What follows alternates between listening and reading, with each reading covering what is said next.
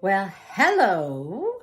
Every gal needs a cowboy hat. Scanning the room, you look for a familiar face. Everyone is a stranger. Your heart's racing, you feel nauseous. New plan. You meet 4 new people. Okay, 3. 2. You can handle 2. And then you think, I hate this. This just feels so fake. And before you talk to even 1 new person, you're looking for the nearest exit. Okay. Crazy. Yo, who invited this chick? My heart races when I walk into a room full of strangers, too. Except it's not anxiety, it's excitement. I'm not thinking networking quota. I'm thinking, look at all these stories. And I get so pumped about talking to people that I don't know. Oh, brother, this guy stinks!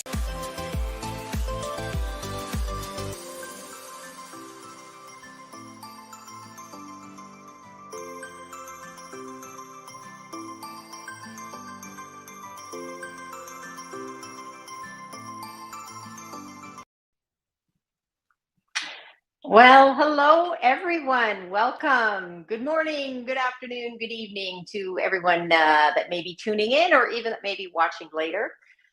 So my name is Gail Robertson, and my company is GailNow. I help manufacturers tell their stories. And they have so many amazing, fascinating stories to share. And that's also where I come in, because we need to start sharing more of these stories. We need to get out the word about the great things that are happening behind the scenes that lead to all of the products and services that we're using every day. And my title of my company is Chief Curiosity Officer for a reason. I love curiosity, and I didn't realize probably how much it was such a vital part of my life. And I use it as part of a 3-step process. Sign up, suit up, and show up. If you're going to show up, you need to first do the first steps sometimes. You need to get the right mindset. You need to do research, and then you can show up and do amazing things in the world. And using curiosity can also help many of us overcome fear. Now, today we're going to be talking about a curious brain workout. I'm going to be sharing some things. There might be some people that stop by and share some things in the comments. For anyone that's out there now listening and watching, please, drop us a comment. Tell us where you're from. And if you have any questions or you want to respond as I'm talking the next little bit, please do so. Normally, I do have a guest, and that stems from my background as a journalist. I now call myself a recovering journalist because I see journalism in a very different way than what may be happening even right now in the world. I like to really tap into that curiosity, look around corners, and because I'm now on my own doing a lot of this, I have a lot more freedom to explore and hopefully bring on guests that will also be exploring curiosity in many walks of life. While I do work mostly in manufacturing right now, we can often learn from people in other areas. And that's what my show is going to be all about. How can we develop a really exciting, curious brain workout? Now, the idea for a curious brain workout stems from my interest also in fitness. And by that, I don't mean it's something that I have to go run marathons and do all these big things. It can be things that happen on a day-by-day basis. I actually had wanted to do a marathon once upon a time. I like to use analogies, and this is probably a good one when it comes to looking at how we need to sometimes do a curious brain workout. So I was all set. I thought, I knew people were doing marathons, and I thought, yeah, that's what I want to do. So I actually started out, and I trained for a 5-kilometer, and I started out doing that. And then what happened was I was starting to have some pain, and I realized I don't know if I really like running to this degree. And then I stopped and asked myself, what is my goal? If I want to do a marathon, why is that? What is it about a marathon that was going to help me achieve ?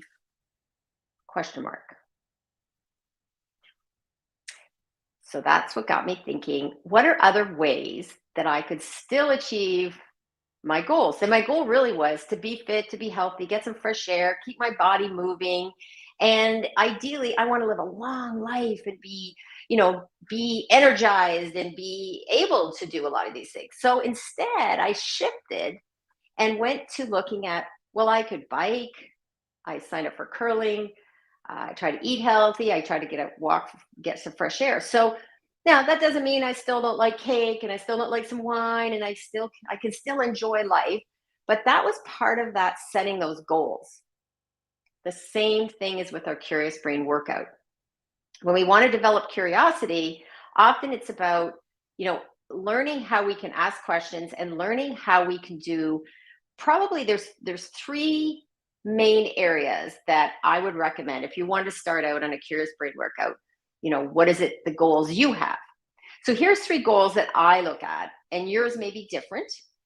And maybe if you have some of those goals, you might want to drop them in the comments if you're listening. And like I said, even just drop in who you are, where you're from would be great. So I'll know if anyone is out there listening. And don't be shy. This is an opportunity as well to use the comment section as a way to, meet other people as well, which again ties back to that Curious Brain workout. So number one, when we're developing our Curious Brain, it's all about learning something. And it may be a short term, it could be learning a new project, learning something for a new campaign, setting up a marketing campaign. It could be delving into, what is it, a project at work? How can you look at things differently? The other way to use curiosity is to meet new people. Now this is my favorite part of curiosity, because I have met the most amazing people because I was curious. And then that opens up and leads to other doors being opened. And we'll be talking about that in future shows as well, because there is a study I've done around something called social network theory, which is all about how we meet people and how those groups of people can really help us in the work we're doing. The third goal, and this is something I try to work on every day, is when you're curious, you can be less judgmental. And that's probably my all-time favorite of why curiosity and why we want to develop a curious brain. The analogy back to fitness, the reason I want to do fitness is so that I can be healthy. So it's, yes, body image is important. Yes, those things are important. But really what I want my heart to be healthy. I want to be able to, one day, if having grandchildren, I want to be able to be active well into my hundreds. Gotta set goals.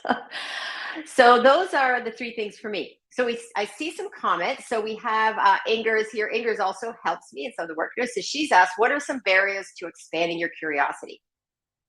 The biggest barrier when it comes to curiosity is people have a fear. And let me just, so everybody feels a little bit easier about this, that, why it may not come as easy to you. Curiosity drops off after about age 4 or 5.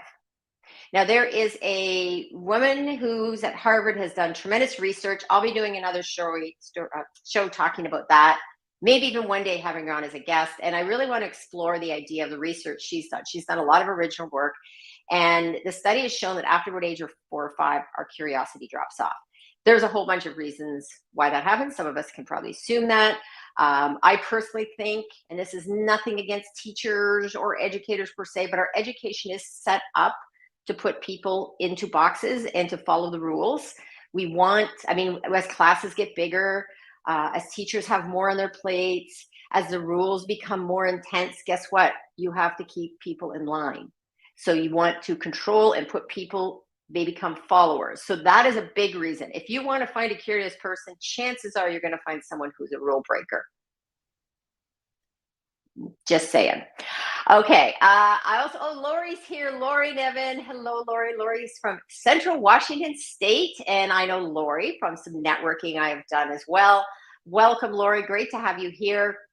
And I know based on some of the work that I think you're doing in our discussions that you are a curious person. And obviously, I assume you're here likely because you are curious. And one of the things when we're talking about this topic is that, going back to that barrier that Inger asked about, we all have fear. We all have fear when it comes to stepping out into the spotlight.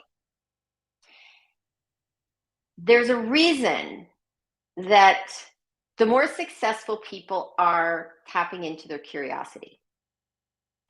I had a brief conversation with Damon Postulko today, and Damon is one of my favorite people in manufacturing, one of my favorite, because I have a few favorites, but what I really liked about what Damon said early on we met is that he said, you want to be the red M&M in the bowl of green.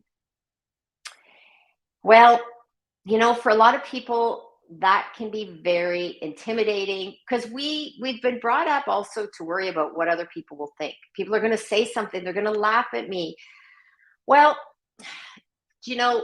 often when that happens, it means you may not be hanging around with the right people, because the right people will celebrate your wins and will celebrate that curiosity. So, and my mom used to say, if you're doing something and you're having success, well, you can laugh all the way to the bank. And I like to think I can laugh all the way to the bank, not only to do with money, but also laugh all to the bank of networking and friends I've met. Because sometimes when you're on the outside looking in, you'll look down the road and you'll see other people also.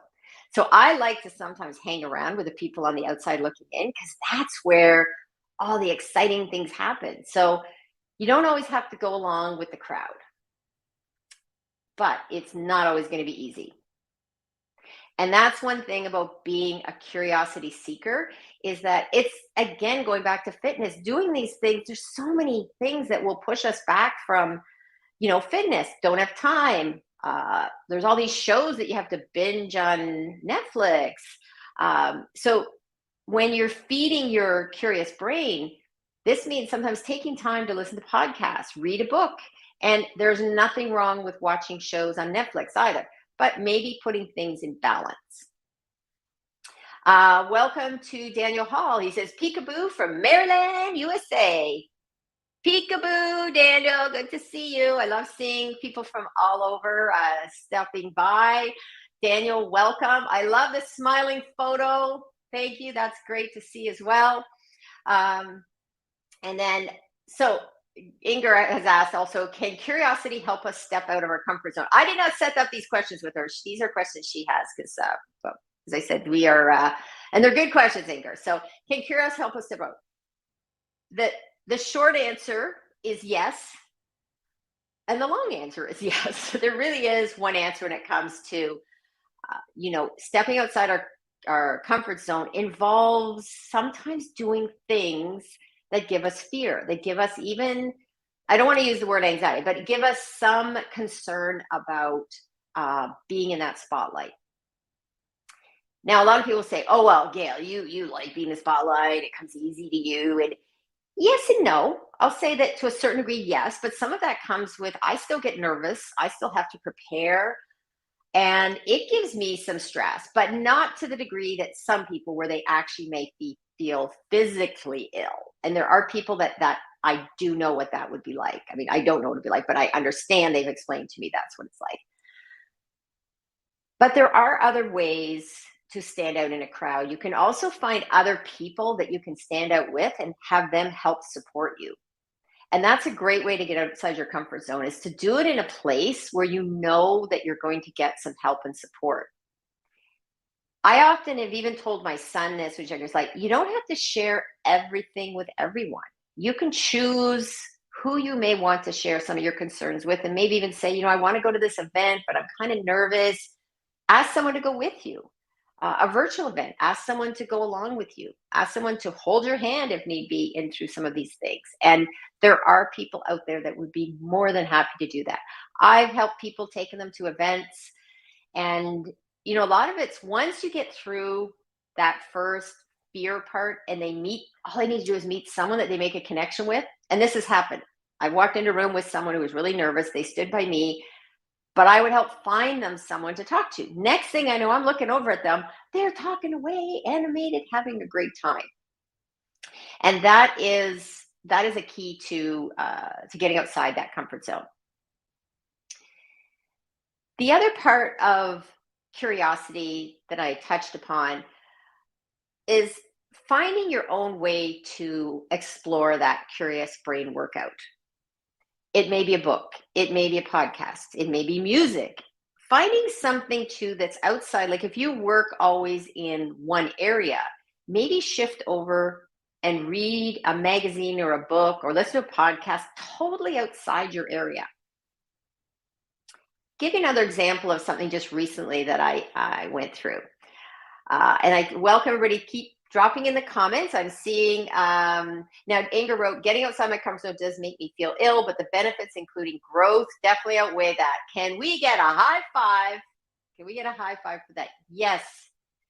Anger is probably such a great example of that. It's not easy. And I will tell you, when from the fitness side of things, when I first started, I switched over to cycling. And I can remember the first time I did 5 or 10 kilometers. And then the first time I got up to about 15. And I came home, I was telling this story to my friend that I cycle with.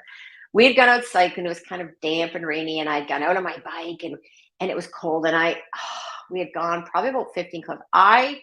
On the way back, I actually didn't even know if I was going to make it home. I thought I was going to have to just like walk my bike. Luckily, she was ahead of me, and I just kept going, I got this, I got this. I got home. I laid on my kitchen floor for about 20 minutes. I was almost like, I don't think I could do this. I finally got up, had a hot shower, felt better. Well, fast forward now to this summer where I was doing upwards of 60, 70 kilometers. It was not easy to get up to 60, 70, but over time, and I got a new bike, and I looked up some training. I did all my research. So now it's not always something that I love doing. I like going out more in groups. I like more the social part of cycling. Some days not as easy to go out on my own. I share that story because it relates to, we all have that story in our life of something we've been able to overcome. And when you can exercise your curious brain like you exercise other things in life, it will make a difference and it will help you see the world differently. Now we have another question from Lori. How can I be curious about what is important to my managers so I'm working on the right things? Well, when you're looking at what your managers, this, I kind of turn around a little bit more and think about things that, think about their goals as opposed to specifically what's important to them. So if their goal is to have success, I would say you should explore your curiosity and come up with a great idea that will help them with a project they're working on. So you don't have to mirror everything that they like. So say they like, I don't know, classical music, and you go, I don't really like classical music, but I know they need to have something done for a classical music event. Well, maybe it's about you exploring something from another style of music and coming to them with an idea about, why don't we have a classical music event and bring in maybe some element of country music to kind of change it up a bit, bring in a new audience. So maybe this classical music event that was like starting to drop off, you're not getting as many people out.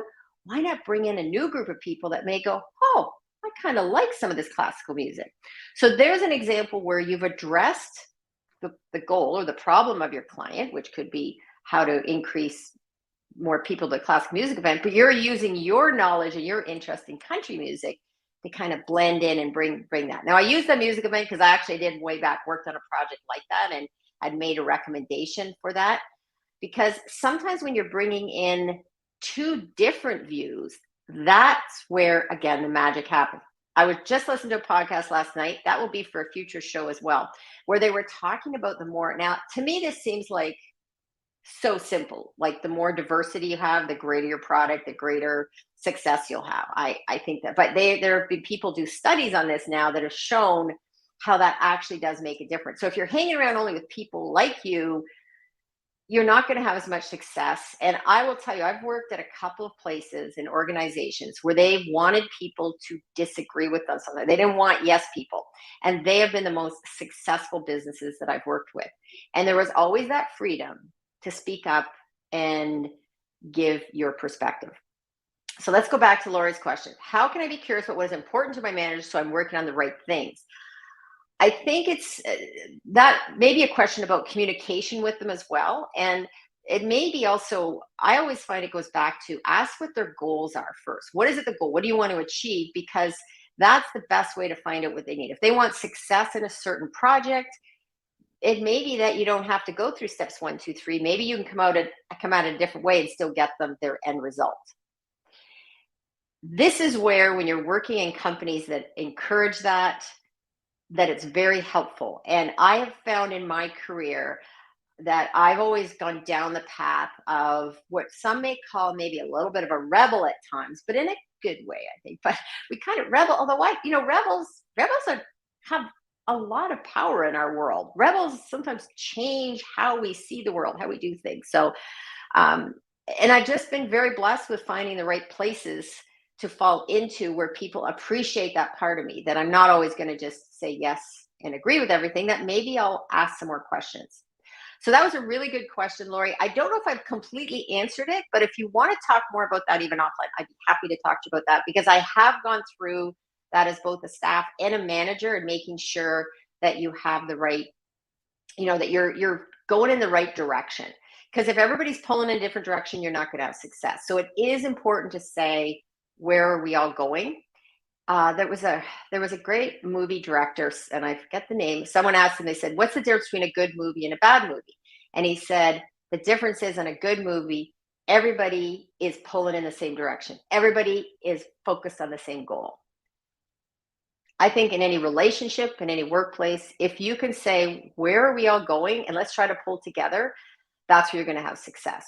And it doesn't mean that people can't disagree along the way. So thank you, Lori. There's lots to discuss in that question. That was a good one. I hope I didn't go too far off line on that. Tim Stone is here. Tim is in the house. Hello, Tim. Great to see you.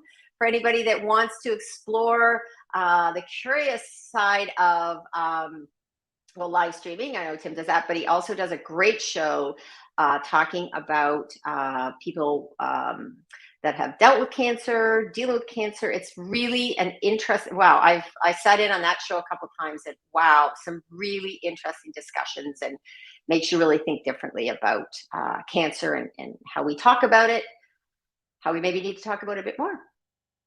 Megan is in the house. Hello, Megan. Great to see you. Megan has also a great show talking about mavens of manufacturing, and interviewing a lot of women that are promoting more women in manufacturing, which is another great interest of mine. I also work with the Canadian Association of Mold Makers, and that is something that we are also encouraging, and I'm noticing across the board in manufacturing. So thank you all for showing up today. It's been great to get if anyone has any more questions or wants to comment. Today really is setting the scene for looking at ways we can exercise our curious brains. Now, I gave a couple of examples. I don't know if anyone wants to drop anything in the comments about maybe a book or a podcast or something that has led them to expand how they see the world. While people are maybe thinking about that, and if you want to drop in what you're doing, I'll give you an example of how, for me, how my curious brain works. Because I thought this was I didn't think it was anything that big of a deal until in recent years, people started mentioning that curious, and I asked questions, and I thought, it was just normal what I did. But there are times when I've, went to go read something or watch something, and it's like, wow, all of a sudden these doors get open. So the most recent one was a friend of my son's recommended watching this show, Gorgeous Ladies of Wrestling. It's called Glow. And at first I thought, a wrestling show with women, I don't know. Because I did say I wanted something light and bright, and okay. So I started watching at first, not sure. Well, as I got into it, this is not a show just about wrestling. This is a show about women empowerment. It's about showing women of diverse cultures. It's showing women come. It continues. I'm already on season 3, the last season. And it started out as a show I could watch. I like to sort of shut my brain off a little bit in the evening. So it's something that I'm like, okay, when I'm not working, I'm going to shut it off and watch it. Anyways, I highly recommend it for anyone who wants to just explore wrestling from a whole different perspective. It is not really what I thought. And then I was curious about the one actor in the show, and I was like, and I don't know, something about him, a couple of lines he had made me very interested in learning more about him. So I went, and he was on Twitter. Now, anytime I find someone on Twitter, because I'm a Twitter person, I always know there's just a little more special about what happens on Twitter. So I looked him up. He had he was on Twitter, and he has a podcast called W2F with Mark Maron. Mark Maron is the actor. Well, then I had to go search him on Wikipedia, and now I'm listening to his podcast, and again, ping, ping, doors opening, ways of seeing things have just been so amazing. So sharing this story, this all started with watching a show on Netflix that led me to this podcast, which then has got me down other roads and searching. And it just always keeps my brain sharp, and it helps me when I'm planning out ideas, whether for clients or my own show. If I only stay in my own lane all the time, like that's all I'm going to see is my lane. So that's why, and I have been told a few times in my life, you know, Gail, you need to stay in your lane. Okay, once in a while, yes. And usually those are not the places I necessarily want to work at. Because if I stay in my lane all the time, I don't know, like I don't think I'm going to grow too much. That leads us to, curiosity broadens your mind. And why does anyone care about that? Well, it does help with your business. It helps with networking. And that's a key part of what we all want to achieve. So I'm going to go back to the comments and see, don't see any new comments. Now, I know we also are on Twitter and on YouTube. I'm just going to pop over quickly. Let's see if there's anything going on Twitter. Sometimes, there we are. Okay, so we are live over there. Seems funny seeing me. I'm like, hey, hi, Twitter. And even social media can really help open up so many doors. So, all right, well, we're coming up to the half hour, and I wanted this to be relatively short today, and I'm so glad for the people that did show up today and drop some comments. Let me just see if there's any other. I'm looking over on. We have Tim, Inger. We have a few other people that have commented earlier, and I know a few people did let me know that they may be watching it later. So thank you all. Thank you. And I want to say to the people that showed up, and especially like Megan, I think you are definitely exploring some amazing things and using your curious brain. And I've heard you speak about, the things you're learning, and curiosity could definitely make a difference when we're talking about how to expand, getting more people into manufacturing as well. Not only women, but even other, men, young people. I think young people, that's a real key thing. We need to start getting more curious about how to do that. So thank you one and all for coming out today.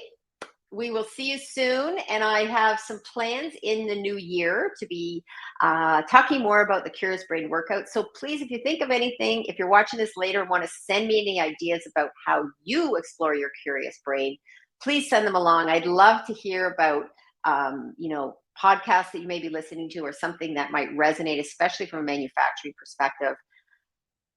One podcast that I love listening to is called Hidden Brain. Love it. It is the one I will listen on my walks. That has just been exceptional for exploring things that we assume to be only one way. That is perfect time. What Laurie says, best type, being curious helps us avoid being judgmental. Yes, this woman that did that research that I mentioned, she actually came out and said, you cannot be curious and judgmental. Full stop. Cannot. I am a great believer in that. I believe that if more people right now took this quote from Walt Whitman, which was also popularized on the Ted Lasso show, when we are curious, we would maybe step back a bit. When we want to start lashing out, we want to start commenting or judging someone else, maybe we need to step back and ask some more questions. I also parent a teenager. He's 19. When I learned this, and I'm still learning it, it changed also my relationship with him when I am curious and not judgmental, because when we start making assumptions, it gets us into trouble. So on that note, everybody, thank you for that comment. Lori, thank you for everyone else who dropped comments today. Please have a great week, and think about maybe one time this week when you can look at being curious and not judgmental and see what happens. Take care, everyone. If you want to follow me, I'm on LinkedIn. I probably post a bit more on Twitter. I also am on Instagram, not as much on Instagram. I've shifted. I'm also doing some market testing on TikTok, having a bit of fun with that right now. So really, it's been an opportunity to be curious and explore that world. Also, I have my YouTube channel, and in the midst of making some changes going into 2022 and beyond, and continuing to do work, as a podcast guest and also keynote speaker. That is an area that I hope that people will be interested in hearing more about the motivational side of a curious brain workout. Thank you, Megan. Thank you all. Have a great week. And remember to sign up, suit up, and show up.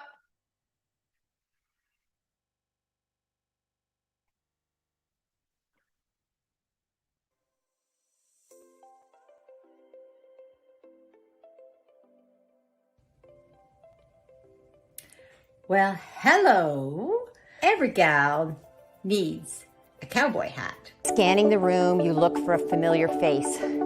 Everyone is a stranger. Your heart's racing, you feel nauseous. New plan.